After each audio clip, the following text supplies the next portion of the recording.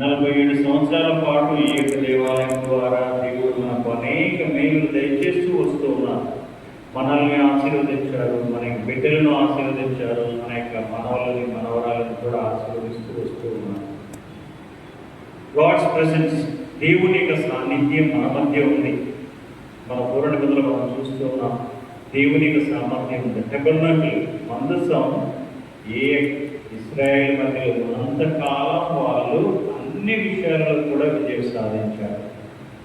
ఎప్పుడైనా సరే మందసం వాళ్ళ దగ్గర నుండి వెళ్ళిపోయిందో వాళ్ళకి పాపంలో పడ్డారు. వాళ్ళ యొక్క కమ్యూనిటీ, వారి యొక్క ఇశ్రాయేల్ సమాజం అనేది దేవునికి దూరం అయిపోయారు.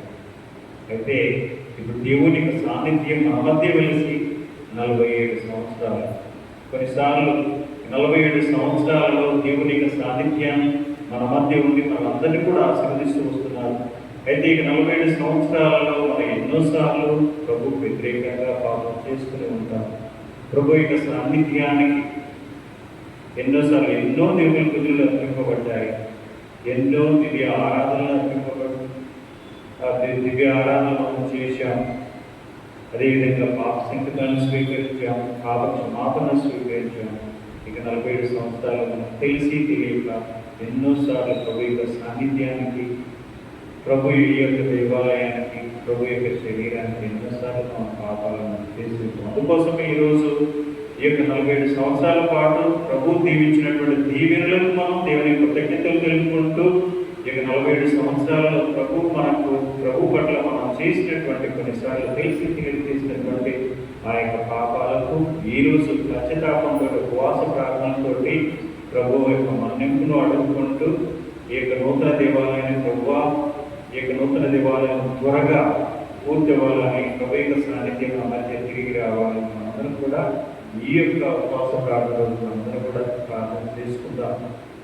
ఈ యొక్క ఉపవాస ప్రార్థనలు మనం నడిపించడానికి మన యొక్క మరీనా గారు, అదేవిధంగా కిషోర్ గారు వచ్చి ఉన్నారు. ఈరోజు వారి యొక్క నడిపింపులో మనం ఆ యొక్క దేవునికి కృతజ్ఞతలు, మనం హృదయపూర్వకంగా ఆ యొక్క కృతజ్ఞతలు తెలుపుకుందాం. ప్రభు యొక్క సాన్నిధ్యానికి, ప్రభు యొక్క దీవెనలకు, ప్రభు యొక్క ఆశీర్వాదానికి మన హృదయపూర్వక కృతజ్ఞతలు తెలుపుకొని, అదేవిధంగా ఆ యొక్క ప్రభు యొక్క క్షమాపణ అడుగుతున్నాం. జనం చాలా పచ్చగా ఉన్నారు కాబట్టి మరి కొంతసేపు మనం ఆరాధన స్తుతి గీతాలతో మనం ఆరాధించుకున్నాం. అందరూ కలిసి చక్కగా పాడండి. హృదయపూర్వకంగా మనం ఆ యొక్క దేవదేవుని మనం ఆరాధించుకుందాం. ఆ యొక్క హృదయాల నుండి ఆ యొక్క దేవునికి కృతజ్ఞతలు మనం తెలుసుకుందాం. మరికొన్ని పాటలు, ఆరాధన పాటలు పాడి మన యొక్క ఎదురుగా ఉన్న ప్రభు యొక్క ప్రసాదాలు మునిగి ఆయన దేవాదేవుని కృతజ్ఞతలు తెలుపుకున్నాం, ఆరాధించుకుంటాం, భక్తిపూర్వకంగా ఆరాధించుకుంటాం. ఒక్కసారి జనం ఎక్కువ సరిపోదు.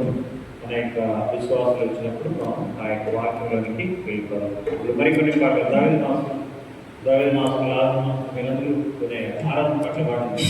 అందరినీ వచ్చిన వాళ్ళందరినీ చక్కగా దేవునికి ఆరాధన ద్వారా అందరినీ కూడా నడిపించింది. వాళ్ళు కూడా క్రమేణా వీళ్ళు చెప్పిన మీరు ఎన్నికో